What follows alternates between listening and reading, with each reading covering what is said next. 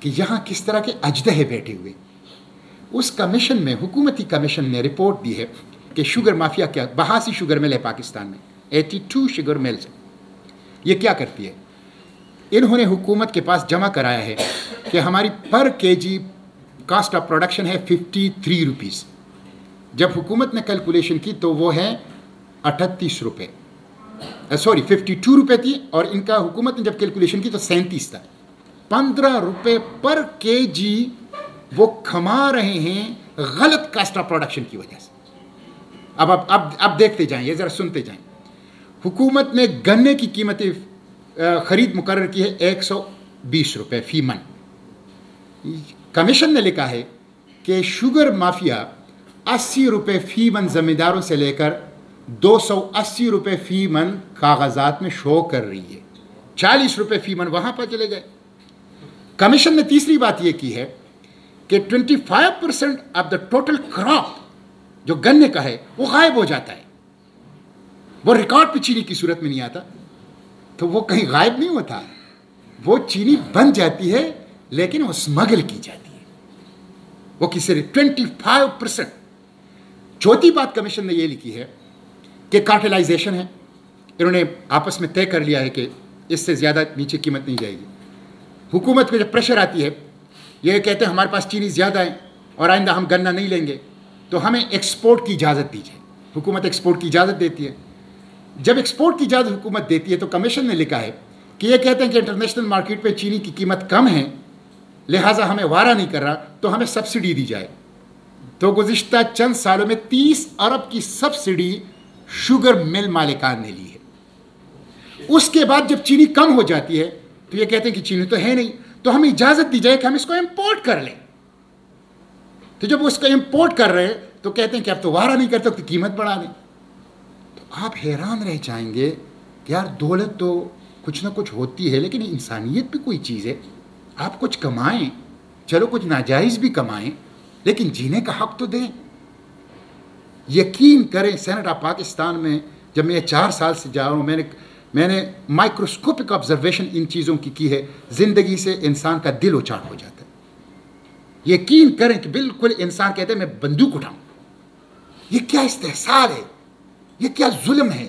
ایک بالادست طبقہ ہے, وہ سب کچھ سمیٹ رہا ہے, کوئی پوچھنے والا ان سے نہیں ہے. تو یہ احتساب, اب اس احتساب ہوگا کیسے؟ دیکھیں, یہ احتساب ایسے نہیں ہوگا کہ جب احتساب کا ادارہ بائسڈ ہو, جب وہ ون سائیڈڈ ہو, جب وہ پولیٹیکل موٹیویٹڈ وچ ہنٹنگ کرے, جب احتساب کے ادارے کو آپ پولیٹیکل انجینئرنگ کے لیے ایک ٹول کے طور پر استعمال کریں, جب جرنیل صاحبان کو 100 خون معاف ہو اور صرف سیاستدانوں کو پکڑا جائے, جب احتساب کا مطلب ہی ہے اپوزیشن کے سیاستدان, تو اس کے نتیجے میں کسی کو اعتماد حاصل نہیں ہوگا. اور اس کے نتیجے میں کوئی, اب یہ دیکھیں نا, ایمنسٹی اسکیم آ گیا. یار ایمنسٹی اسکیم کیا ہے؟ جنہوں نے لوٹا ہے وہ لوٹ مال کا 5% دیں اور 95% کے ہم سے دستاویز لے لیں. یار یہ کیا ہے؟ کیا ہمیں عوام کے لیے کوئی ایسی اسکیم ہوگی کہ آپ بازاروں میں جائیں, 100 روپے کی چیز لیں, 5 روپے دیں, 95 حکومت دے گی؟ ہمارے لیے بھی کوئی اسکیم نکالو نا کہ بھائی بازاروں میں جاؤ, جو کچھ بھی خریدو 5% دو اور باقی 95% ریاست اور حکومت ادا کرے گی. یہ کون سا طریقہ ہے؟ یہ تو آپ حلال رزق کی حوصلہ شکنی کر رہے ہیں, یہ تو آپ ڈھاکے کو انکریج کر رہے ہیں. اس کے نتیجے میں تو ٹرانسپیرنسی نہیں آئے گی, اس کے نتیجے میں تو حلال رزق کی طرف کوئی نہیں جائے گا. یہ تو آپ ہر دوسرے تیسرے سال اسی طرح ایمنسٹی اسکیم اور بلیک منی کو وائٹ کر لو. تو یہ ظلم ہے. تو یہ ایک ایشو ہے.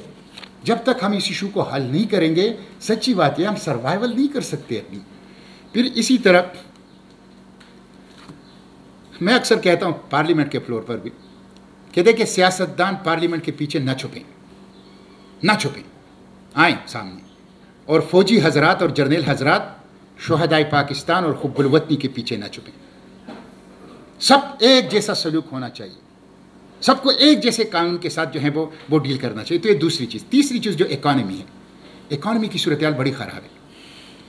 آپ کو یہ جان کے حیرت ہوگی کہ ہماری جو اکانومی کا مسئلہ ہے اس میں صرف ڈیٹ کو آپ دیکھ لیں, قرضوں کو, تو 29,000 ارب سے گزشتہ 3.5-4 سال میں 51,000 ارب پر پہنچ گئے.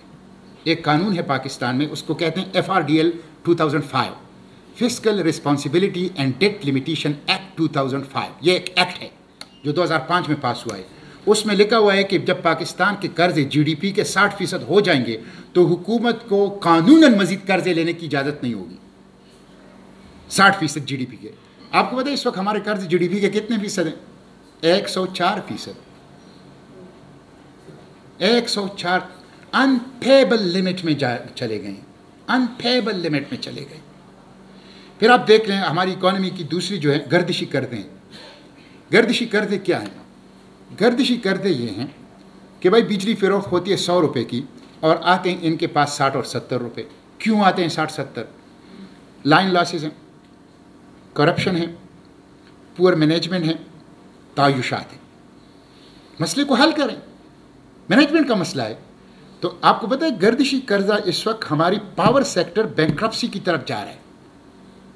پاور سیکٹر کے قرضے بڑھ گئے ہیں 2,500 ارب روپے. 2,500 ارب روپے. ابھی آخری دن 17 فروری کو پارلیمنٹ کا اجلاس تھا اور اس کے اندر ایک قانون پاس ہوا ہے جس کے اوپر میں 3 ترامیم لایا تھا اور ریجیکٹ کر دیے گئے. وہ تھا اوگرا کے ترامیم, اوگرا کے ترمیمی بل. اس میں پتہ ہے کیا لکھا ہے؟ جو لوگ گیس استعمال کرتے ہیں وہ تیار ہو جائیں. اس میں لکھا ہوا ہے کہ SNGPL اور SSGCL جو گیس کی 2 کمپنیاں ہیں وہ گیس کے نرخوں کا تعین کریں گے ریونیو ڈیمانڈ کی بنیاد پر. What is main revenue demand? میں اس میں امینڈمنٹ لے آیا تھا کہ نہیں, گیس کے نرخ کا تعین کریں گے انڈسپینسیبل کاسٹ آف پروڈکشن.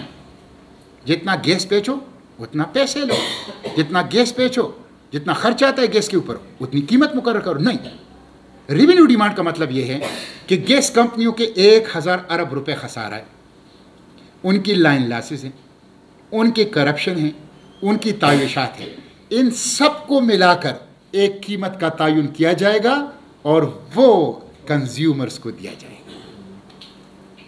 اتنا ظلم ہو رہا ہے, یقین کریں. وہ اگر پختو کی وہی کہنا چاہیے بے علمی ڈیرا لویا خیر دے خدے چے پتہ رہتا نشتے. جتنا آپ کو پتہ چلے گا اتنا آپ کا خون جوش کھائے گا. یہ کیا ہو رہا ہے, یہ کس طرف جا رہا ہے اس میں. تو یہ جو ہیں وہ اکانومی کا ایشو ہے. ہماری SOE 127 سرکاری ادارے ہیں, state own enterprise, PIA, WAPDA, railway, steel mill, trading corporation of Pakistan, اس کے خسارے ہیں, سب خسارے ہیں. ہمارے GDP گروتھ, ہماری آبادی کے تناسب سے ہمارے GDP گروتھ 8% ہونا چاہیے. ہمارے GDP گروتھ 5 سے آگے بڑھتا نہیں ہے, اب تو بہت نیچے آ گیا ہے. ہمارا ٹریڈ ڈیفیسٹ, ہم فروخت کر رہے ہیں 100 روپے کی چیزیں, خرید رہے ہیں تقریباً 200 روپے کی چیزیں. یہ ٹریڈ ڈیفیسٹ. جب تک ان چیزوں کا ایک دیرپا حل نہیں ہوگا پاکستان نہیں نکل سکتا. ان چیزوں سے, نعروں سے نہیں ہوگا. اس کے لیے کلیکٹیو وزڈم کو بروکار لانا ہوگا اور ایک طاقتور ایجوکیشن لوگوں کو دینی ہوگی. تو اکانومی کی یہ صورتحال, انصاف کی فراہمی. میں نے اس کے اوپر تقریر بھی کی تھی سینٹ کے اندر. اس کے اوپر ایک کراس دا بورڈ ایک کمیٹی بنی ہے, ایک موشن میں لے آیا تھا پاکستان میں انصاف کی فراہمی کا. یہ بہت بڑا مسئلہ ہے. 2.1 ملین پینڈنسی ہے, 2.1 ملین پینڈنسی.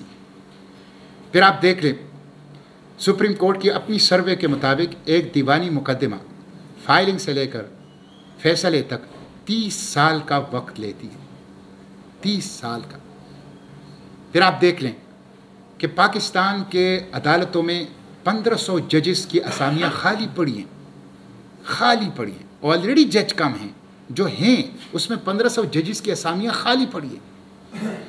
پھر آپ دیکھ لیں کہ اس کے نتیجے میں عوام کو انصاف نہیں. یہ جو فرسٹریشن ہے نا, جو کبھی کبھی لوگ بندوق کی طرف چلے جاتے ہیں, وائلنس کی طرف چلے جاتے ہیں, یہ اس وجہ سے کہ انصاف نہیں ملتا. یقین کریں لوگ بھوکے ہو, لوگ ننگے ہو, لوگ محروم ہو سہولیات سے, لیکن لوگ انصاف ان کو ملے تو سب کچھ برداشت ہو سکتا ہے. اگر ہم نے انصاف کی فراہمی کا سہل اور فوری نظام نہیں بنایا اور اب وقت کم بچتا جا رہا ہے تو ایک ایکسپلوژن سوشل فیبرک جو ہے اس سے ہمارا ختم ہو جائے گا. میں نے تجویز دی تھی کہ آپ موبائل کورٹس بنائیں, آپ ای کورٹس کی طرف جائیں, آپ ججوں کی تعداد میں اضافہ کریں, آپ کانسٹیٹیوشنل کورٹ علیحدہ بنائیں کہ بھائی constitutional court matter supreme court میں نہیں آئیں گے. یہ کانسٹیٹیوشن بہت زیادہ وقت لیتا ہے. معمولی سا کوئی چیز جاتا ہے وہاں پہ لگے رہتے جج صاحبان اس پہ, اور اس کا عوام سے کوئی کام نہیں ہے. تو آپ کانسٹیٹیوشنل کورٹ, آپ اسپیشلائز کورٹس بنائیں, کم از کم 20-25 اسپیشلائز کورٹس, تاکہ یہ اسٹریم لائن ہو جائے جو مسائل, اور اس کے اندر چیزوں کو جائیں. آپ لاسٹ ایپیلیٹ کورٹ صوبوں کی سطح پہ بنائیں, وفاق میں نہ ہو, صوبوں کی سطح پہ آخری اپیل کی عدالت ہو, سپریم کورٹ ہو, ہر صوبے کی اپنی سپریم کورٹ. اور آپ جو ہیں جو بار کونسل کا ایکٹ ہے اس میں ترمیم کر لیں, اور وکلاء صاحبان کو پابند کر لیں کہ وہ زیادہ التوا نہ مانگیں, اور التوا کو اسٹریم لائن کر لیں, اس کے لیے کوئی حد مقرر کر لیں. بہت سی اس طرح 100 موٹو کو آپ ریویو کر لیں. یہ 100 موٹو لینا ہر چیز کے اوپر, اس کو ریویو کر لیں کہ بھائی کس چیز کے اوپر آپ 100 موٹو لیں گے. تو یہ ساری چیزیں میں نے اس کو یہ پوری تجاویز دی ہے. اس پہ ایک تمام پولیٹیکل پارٹیز پہ مشتمل ایک کمیٹی بنی ہے. اب دیکھتے ہیں کہ کمیٹی سے کیا نکل آتا ہے.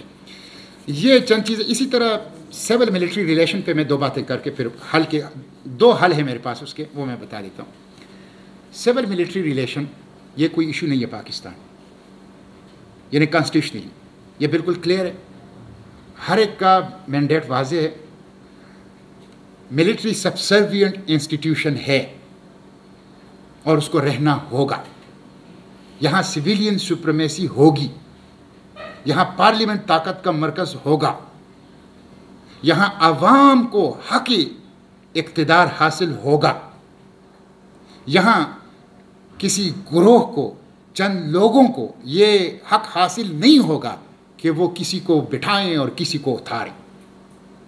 یہ توہین ہے انسان کے شرف انسانیت کی, آزادی کی. اس لیے یہ بالکل کلیئر ہے کہ وہ ایک سبسروینٹ ادارہ ہے اور اس کو رہنا چاہیے. اور یہ کیا پولیٹیکل مینیورنگ کر لی. یہ جنرل سمبیک کی کتاب آئی ہے, میں نے سینٹ میں اس کے اوپر بات کرنی ہے ایک موشن پہ.